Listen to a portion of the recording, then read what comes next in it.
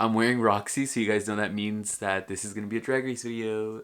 Hey, what's up you guys? Welcome back to my channel. So as you guys know, one of my favorite TV shows of all times has got to be RuPaul's Drag Race. I mean, I made plenty of videos in the past. You guys really seem to enjoy those videos, and I really enjoy making them, so that's what I'm doing today. In this video, I'm going to be going over the alleged cast for season 13 of RuPaul's Drag Race. I mean, at this point, everyone kind of knows who they are because, you know, the streets be talking. And yeah, apparently the trailer or some kind of promo is going to be coming soon. And that's why I wanted to hop on and give my opinions and my thoughts on the alleged cast. I'm going to be going over their personality, their drag aesthetic, what they're kind of known for in the drag world or whatever. And kind of like for you guys to get to know them before we actually get to know them.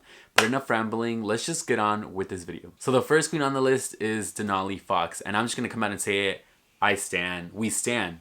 You're the winner. Congratulations to the winner of RuPaul's Drag Race Season 13. So she's from Chicago, Illinois. She's a self-proclaimed ice queen because she's a figure skater. She's an ice skater. Like, if you are not following on Instagram, go check it out because the videos, like, I'm just impressed at her talent. She can dance. Like, everyone knows dancing is my thing. And, like, she can dance her ass off. She's been dancing or ice skating since she was 5. From what I've seen on her Instagram lives, I can definitely tell that she's hilarious. She's goofy, very outgoing. She doesn't take herself too serious, which, I mean, come on, it's drag. But I'm super excited to see her on the show because I feel like she's going to bring like a quirky side. And like on top of this, she can dance. I mean, hello. So I'm super excited to see her on RuPaul's Drag Race. The next queen on the list is Ellie at Puckett. And honestly, it was hard to find anything on her. Her Instagram is non-existent. Like, this is what I got. She's from Las Vegas, Nevada. She actually trained as a dancer in Dallas, Texas, which, I mean, everyone knows the dancers are from Texas. And she actually has worked on a cruise line as a professional dancer. She also hosts her very own Drag Queen Bingo. I couldn't find a lot of pictures on her, so I can't really tell you what her aesthetic is. So I'm going to be finding out more about her with you guys when the trailer drops. The next queen is Joey J, and they're from Phoenix, Arizona. The first thing that popped out at me was her hair. She doesn't really wear a lot of big, like, luscious wigs. I think they even use like their natural hair is just like dyed purple. Her look reminded me of Pink with the short hair, kind of that punk rock glam look, and we haven't really seen a lot of that on Drag Race, so I'm definitely interested to see how the judges take it as, because we know the judges love to be like, you only got one look, you only got one look, switch it around. So hopefully she can get past that, and if not, then I feel like she's gonna get the boot soon, get the boot early. The next queen that we have is Kamora, and she is from Chicago, Illinois. This one, along with a lot of other queens on the cast this season, have a known drag family. Like, their sisters, their drag moms have all previously been on Drag Race or will be on Drag Race, because it's a ever-changing, what is it called, a never-ending rotating door. I feel like when you have a sister or drag mother, or like your drag family is on Drag Race, it usually like happens that you're gonna be on Drag Race. So as far as drag family goes, her drag sister is actually Jada Essence Hall, who we know just won last season, and Kamora Hall is actually Soju's mom, which anyone who remembers Soju remembers that she went home first. So hopefully she doesn't follow in her daughter's footsteps and doesn't go home first. On Instagram, she calls herself the Mackie Doll because a lot of, and if not all of, her looks are inspired or paying homage to Bob Mackie, which everyone knows is Cher's and everybody else's designer. Like, if you don't know who Bob Mackie is, I mean, I don't know too much about him, but I know that he's super famous because of his designs and his work. Hopefully she makes it farther than Soju, because Soju went out first, and if Kamora got out first as well, then that would be sad.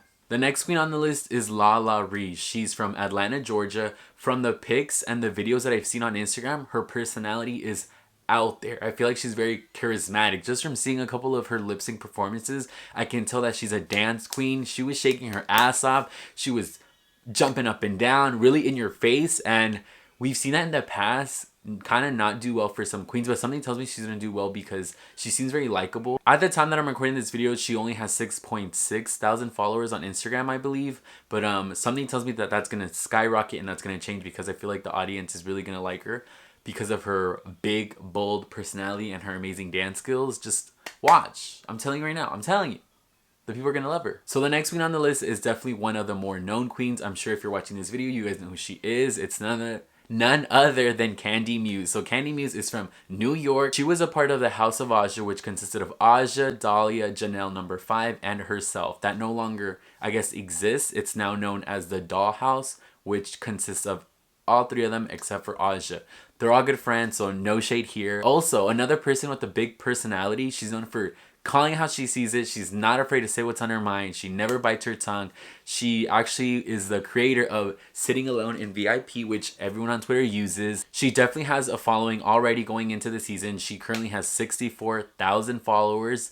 She is probably going to be the narrator of the season. I feel like that's what producers are going to, like, that's the storyline that they're going to give her because she's so outgoing and outspoken, and I'm super excited to see her on. So the next one on the list is also another one that is well known already going into the season, and that's Mick. Their Instagram name is Got Mick. I always want to say Got Milk, which is the joke or whatever.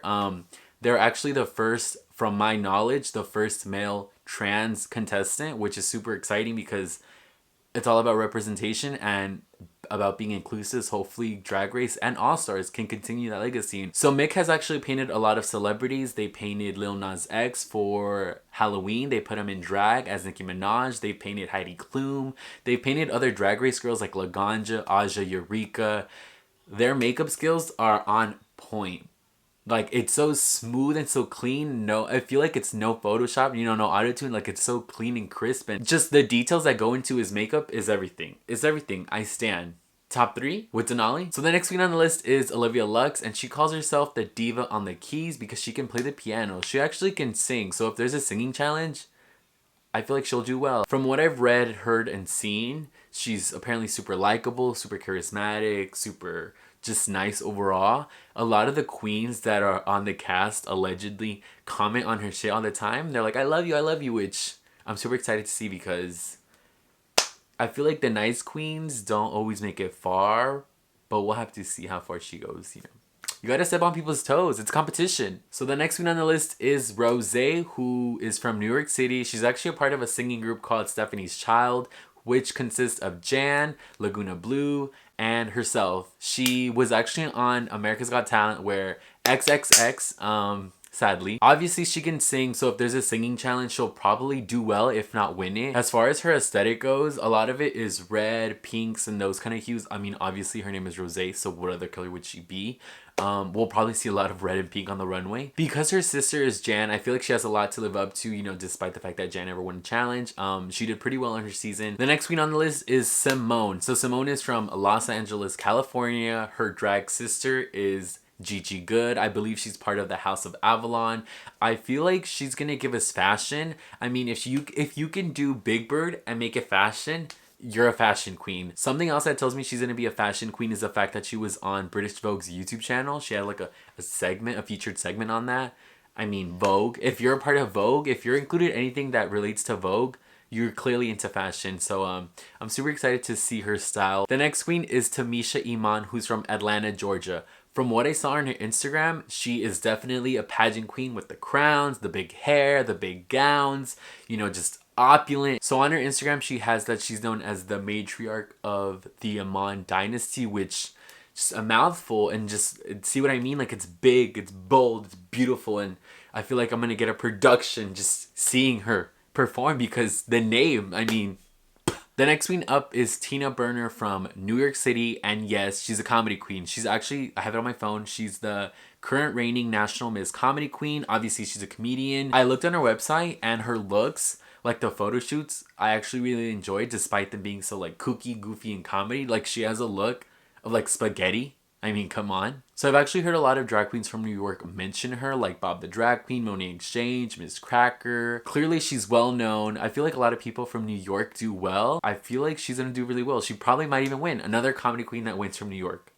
I mean, that's not new. Nothing new. The last queen on the list is Utica. I honestly don't know how to pronounce her name. She's from Minneapolis, Minnesota. On her Instagram, she has that she's known as the wacky waving inflatable arm tube. How does that go? So it's the wacky waving inflatable arm tube queen. So because she is a designer, I'm assuming she's a seamstress. A lot of her designs are very conceptual, like they have a theme, they have a story, they're really artistic. I feel like she would describe her style as artistic, edgy, and like outside the box. I feel like when a queen is super detail oriented and like artistic and creative, it's hard for them to be humorous or comedic.